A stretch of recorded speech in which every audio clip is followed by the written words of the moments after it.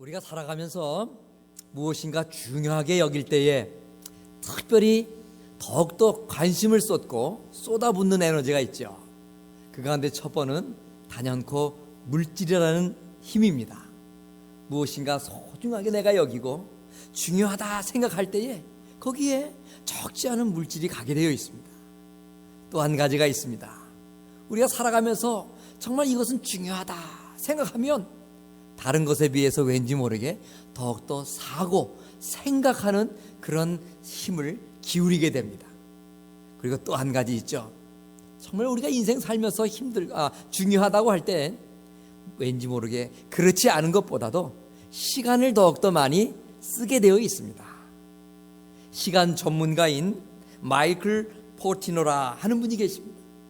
이분이 수백 명을 대상으로 표본 조사를 하나 했다고 합니다. 그리고 그 조사 결과 다음과 같은 결과를 발표했습니다.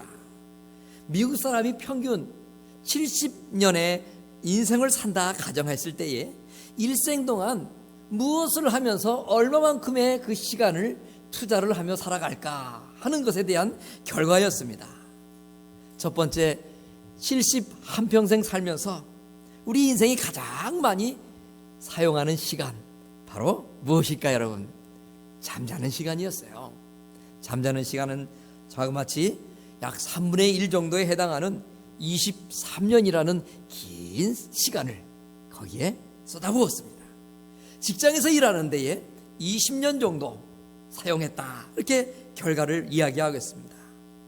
계속 쭉 설명을 보면 쉬면서 즐기는데 7년 정도 사용을 했고요, 먹고 마시는데 6년 정도 사용했다, 이렇게 마이클은 이야기하고 있어요. 그리고 줄 서거나 신호등을 기다리는데 5년을 기다렸다. 저는 이 결과를 보고 의외로 우리가 어떤 거 기다리는 인생을 많이 사는구나 하는 것을 또 새삼스럽게 깨닫게 되었습니다. 여기다 특별히 사람을 기다리죠.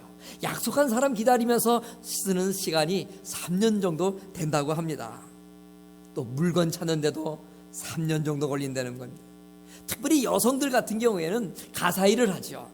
이제라도 여성들이 많이 계시는데 가사일을 하는데 평생 70년, 한평생 얼마 정도의 시간을 쏟을까? 1년? 2년?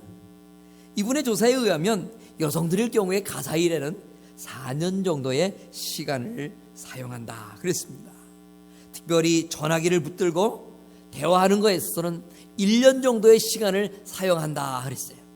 저는 이 대목을 보면서 조금 의심이 들기도 했어요. 왜냐하면 정말 전화를 붙들고 이 대화하기 좋아하는 분들은 70평생에 1년뿐 아닐 거다. 1년 반? 아니 2년? 더 대화하기를 원하는 분들은 3년이라도 얼마든지 전화통 붙잡고 시간을 한평생 동안 사용하지 않았을까, 그런 생각을 해봅니다.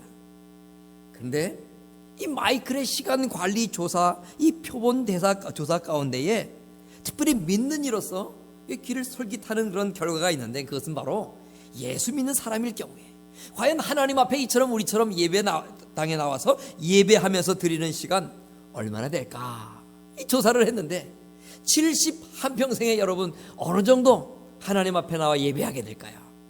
이분의 조사 결과에 의하면 1년 6개월, 1년 반 정도 된다, 이렇게 결과를 이야기했습니다. 여러분, 이러한 결과를 보시면서 어떠한 생각이 드십니까?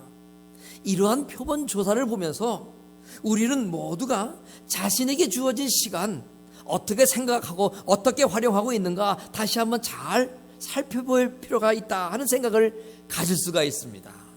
그리고 우리가 70이라는 한평생을 산다고 가정했을 때에 오늘 이 마이클이 조사한 1년 6개월, 1년 반 동안 하나님 앞에 나와서 예배하는 시간으로 사용한다 할 때에 우리가 좀 더 하나님 앞에 나중에 나가서 우리의 71평생을 회고해 볼 때 1년만이 아니라 1년 8개월, 2년, 3년 더 하나님 앞에 나와 예배하는 일에 힘쓰는 데에 시간을 사용하면 얼마나 우리가 복된 인생을 살아갈 수 있었을 것일까 하는 생각도 하게 됩니다.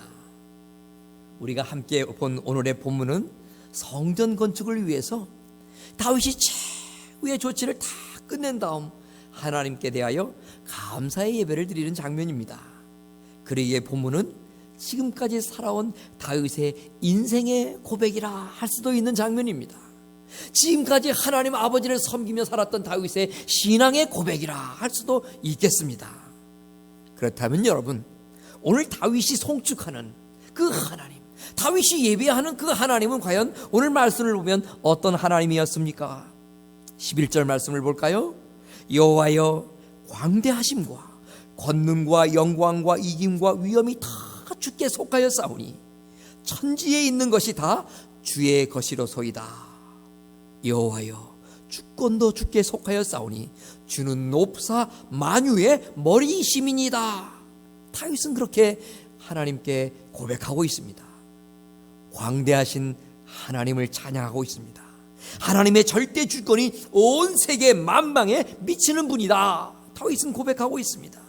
또 다윗은 권능과 이김과 위엄의 하나님을 찬양하고 있죠. 그리고 만유의 머리가 되신다고 다윗은 송축하고 있습니다. 여러분, 이게 무슨 의미입니까? 하나님은 우주의 왕이시라는 것이죠. 천지의 주인이라는 것입니다. 지금 하나님 아버지 앞에 다윗은 우주의 왕이신 하나님을 높이고, 그리고 천지의 주인이신 그 하나님을 찬양하며 감사하며 예배하고 있는 것입니다. 미네소타의 미네아폴리스에 있는 베들레헴 침례교회라 하는 교회가 있습니다. 그 교회 목회하시는 목사님이 가끔 제가 예로 또 이렇게 들기도 하는 존 파이퍼라는 목사님이신데요, 그 목사님께서 이런 말씀을 하셨어요. 이 우주에는 두 가지 위대한 열정이 존재한다라고 말씀하셨다는 거예요. 온 이 우주 속에 두 가지 위대한 열정, 그 존재하는 열정이 무엇일까요? 첫 번째 열정입니다. 그것은 바로 하나님의 열정이에요. 첫 번째 그 하나님의 열정은 어떤 열정입니까? 이 세상의 모든 피조 만물들을 통하여서 영광 받으시길 원하시는 그 하나님의 열정이라, 이렇게 말을 했어요. 또 하나의 열정이 있습니다. 그것은 바로 인간의 열정입니다. 저와 여러분들의 열정이죠. 어떤 열정입니까? 우리의 필요의 모든 것을 다 채움으로 말미암아 만족함을 누리고자 하는 열정, 그것이 바로 두 번째 열정이라 파이프 목사님 말씀하셨어요. 여러분, 가만히 생각해 보세요. 모든 피조 만물로부터 경배를 받으시고 영광을 받으시고자 하는 하나님의 이 열정과 모든 나의 필요를 다 채움으로 말미암아 정말 내가 만족하게 살고자 하는 나의 열정, 어찌 보면 이 두 가지는 서로 부딪히고 또 반대되고 상충되어서 서로 하나 되기가 매우 어려운 그러한 도록이 양분된 열정이 아닌가, 그런 생각도 하게 됩니다. 근데 여러분, 우리 인간적으로 생각으로는 서로 상극인 열정, 서로 하나 될 수 없는 그런 열정인 것 같아도 이 하나님의 열정과 우리 인간의 열정이 하나로 합하여져서 한순간에 해결될 수 있는 방법이 하나 있습니다. 그것이 바로 무엇입니까? 바로 예배라는 것입니다. 우리가 하나님 앞에 나와서 예배할 때에 하나님께서는 정말 하늘의 신령한 은혜를 주셔서 우리의 모든 만족을 채워주시고 우리의 심령을 만족하게 해주십니다. 그래서 우리가 하나님 앞에 나오면 이 세상 살면서 필요한 것도 많고 불평도 많고 많은 필요가 있었지만 그 성령의 함께 하심으로 말미암아 그 세상의 필요는 다 온데간데 없어지고 주님의 영으로 충만하게 되어 나는 만족해 되고 나의 그런 열정은 모든 것은 만족해 되는, 이루어지는 시간이 바로 예배인 것입니다. 여러분 또한 내가 이렇게 하나님 앞에 정성을 다하여 나의 만족을 채우고자 하는 열정이 이루어지는 것이 예배이지만 또 한편으로는 어떻게 됩니까? 그런 내가 하나님 앞에 온 힘을 다하여 경배하고 찬송하고 감사하며 예배할 때 바로 그 예배하는 우리의 모습을 통하여 하나님, 우리 인간을 통하여 정말 영광 받으시기를 원하신 그 하나님이 동시에 만족되어지고 이루어지는 역사가 바로 예배다 하는 것입니다. 여러분, 오늘 하나님께 영광을 받으시려는 열정과 인간의 만족에 대한 열정이 충족되는 이 예배를 우리가 좀 더 구체적으로 살펴보면 어떤 의미를 지니고 있을까요? 예배는 오늘 본문과 같이 다윗이 하나님을 예배하며 찬양하듯이 인간이 만유의 주권자가 되시는 하나님을 만나고 그분의 인격과 사역에 대하여 적극적으로 응답하는 행위인 것입니다. 여기서 우리는 예배의 두 가지 특징을 발견하게 됩니다. 첫 번째는 무엇일까요? 예배는 바로 하나님과의 만남이다 하는 것입니다. 여러분, 애완견 좋아하시죠? 어떤 사람이 강아지를 키우고 싶은 마음에 인터넷에 이런 글을 올렸어요. 어떤 강아지를 잘 키우고 싶은데 여러분들 어떤 강아지가 사람을 좋아하고 잘 따르는지 좀 알려주십시오. 질문을 올려놨어요. 그랬더니 그 질문을 보고 여러 사람들이 댓글을 달았는데 그 가운데 이런 것 하나 있었더라고요. 여자분이시면 말티즈나 푸드를 키워보시고, 만약에 당신이 남자분이시라면 요크셔 테리어 같은 종을 추천해 드리고 싶습니다. 그런 답이 왔어요. 여러분은 어떠십니까? 이분의 답이, 강아지 좋아하시는 분, 여러분의 마음에 만족하십니까?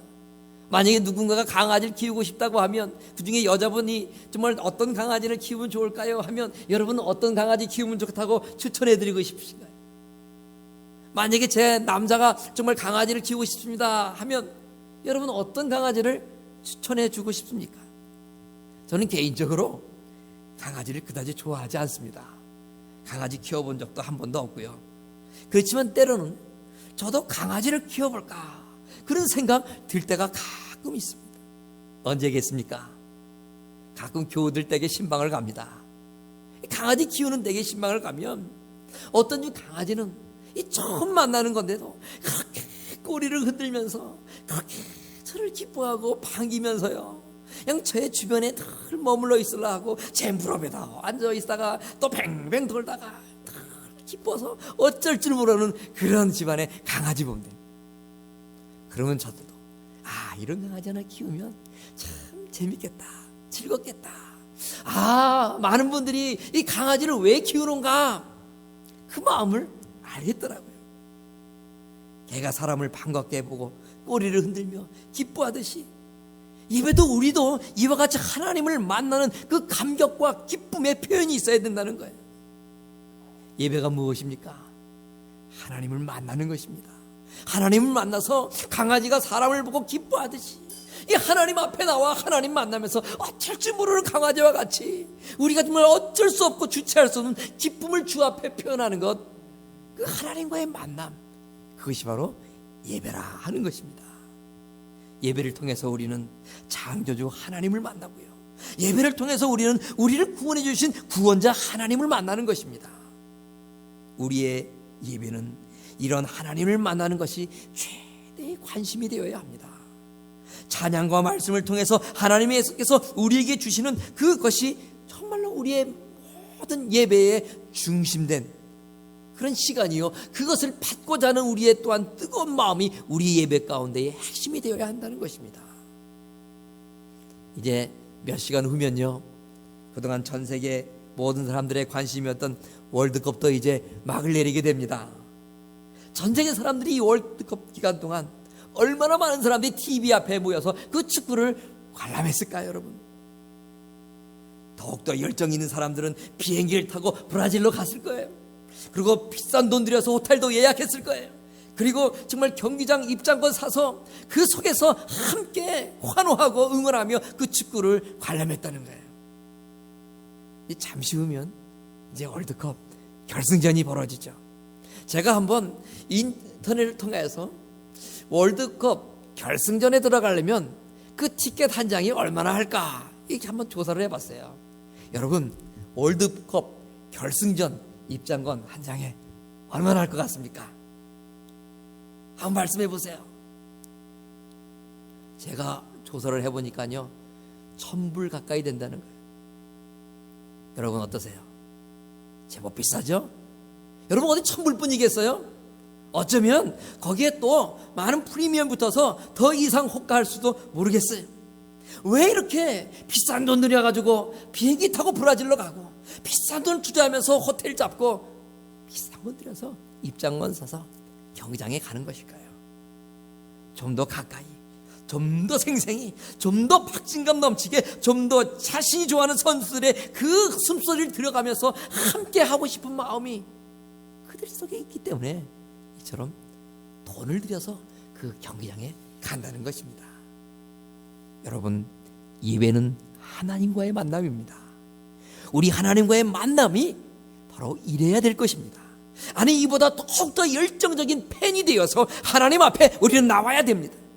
그분을 만나서 다윗과 같이 전능하신 하나님, 만유의 주제가 되신 하나님, 온 우주의 주인이 되신 그 창조주 하나님 아버지를 예배해야 될 것이라는 것입니다. 예배의 시간을 지키는 것 소중하죠. 올바른 예배 한순간 한순간 드리는 것 너무나 귀합니다. 왜 그렇습니까? 그 예배, 그것이 바로 하나님을 만나는 시간이기 때문에 너무나 소중한 것입니다. 오늘 말씀을 보면서 또 한 가지 예배의 특징, 중요한 것 발견할 수가 있습니다. 그것은 바로 예배는 하나님을 향한 응답이라 하는 것입니다. 예배는 하나님을 향한 우리의 적극적인 반응입니다. 여러분 기억하세요? 지난 시간 제가 설교 중에 건강한 교회의 예배는 표현적이다 라는 말씀을 드렸습니다. 예배를 통하여 하나님께 응답하는 것, 이것이 바로 하나님을 향하여 표현하는 예배인 것입니다. 한 주간 하나님의 은혜를 체험하셨습니까? 살아가면서 하나님의 너무나 많은 그런 고마움을 여러분 삶 속에서 느끼시고 체험하셨습니까? 그렇다면 여러분 오늘 이 시간 찬송을 부를 때에 그 고마우신 하나님, 그 은혜로우신 하나님, 감사한 하나님을 고백할 수 있어야 되는 것입니다. 기도할 때 한 주간 돌봐주신 그 하나님의 은혜 앞에 감사의 고백을 함께 담아 하나님 앞에 올려드려야 될 것입니다. 신약 성경에 예배라는 말 표현할 때 몇 가지 중요한 단어가 있습니다. 구약 성경에서도 예배하면 몇 가지 히브리어가 있듯이 오늘 신약 성경에서는 예배라고 할 때는 몇 가지 단어로 표현을 되는데 그 중에 가장 대표적으로 쓰이는 헬라어 단어 하나가 바로 프로스쿠테오라 하는 단어입니다. 이 예배, 여러분 그러면 이 프로스쿠테오라 하는 이 예배라는 의미를 갖고 있는 말을 좀 더 구체적으로 살펴보면 어떠한 뜻이 담겨 있을까요? 이 말에는요, 누구의 손에 입 맞춘다 하는 뜻이 담겨 있어요. 존경의 표시로 다른 이 앞에 엎드린다 하는 뜻이 있어요.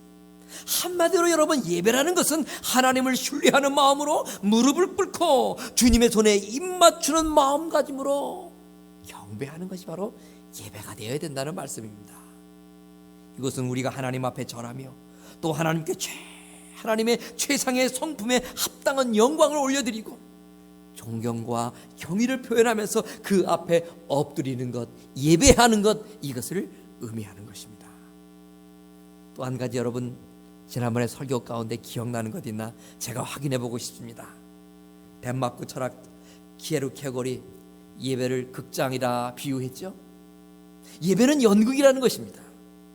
하나님이 연기자, 우리가 관객이라 생각하기 쉬운데 그게 아니라는 것이죠. 바로 우리가 연기자가 되어야 된다는 것입니다.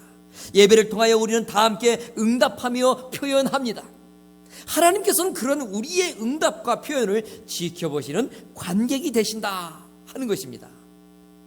오늘 본문에 예배를 드리는 다윗의 반응을 기억해 보아야 합니다. 다윗은 예배를 통하여 광대하시며 권능과 이김과 위엄에 하나님을 소리 높여 드높이 찬양하고 있습니다. 만유의 머리가 되신 하나님, 만유의 주제가 되신 하나님을 입술로 고백하고 있습니다. 이것이 바로 하나님을 만나는 자의 하나님을 향한 응답의 자세, 적극적인 표현이 있는 예배라 하는 것입니다. 성경에 기록된 예배 가운데에 가장 멋진 표현의 예배, 가장 멋진 응답이 있는 예배 한 가지 있습니다. 사무엘 하를 보면요, 하나님의 법궤를 오벳 에돔이라 하는 사람의 집에서 다윗성으로 옮겨가는 장면이 기록되어 있습니다. 이렇게 법궤를 다윗성으로 옮기며 다윗은 소와 살찐 것을 가지고 하나님 앞에 제사를 예배를 드렸습니다. 이렇게 하나님께 제사, 즉 예배 드리는 그 가운데에 다윗은 정말 멋진 표현, 멋진 응답을 하나님 앞에 드립니다. 사무엘하 16장 13절과 14절입니다.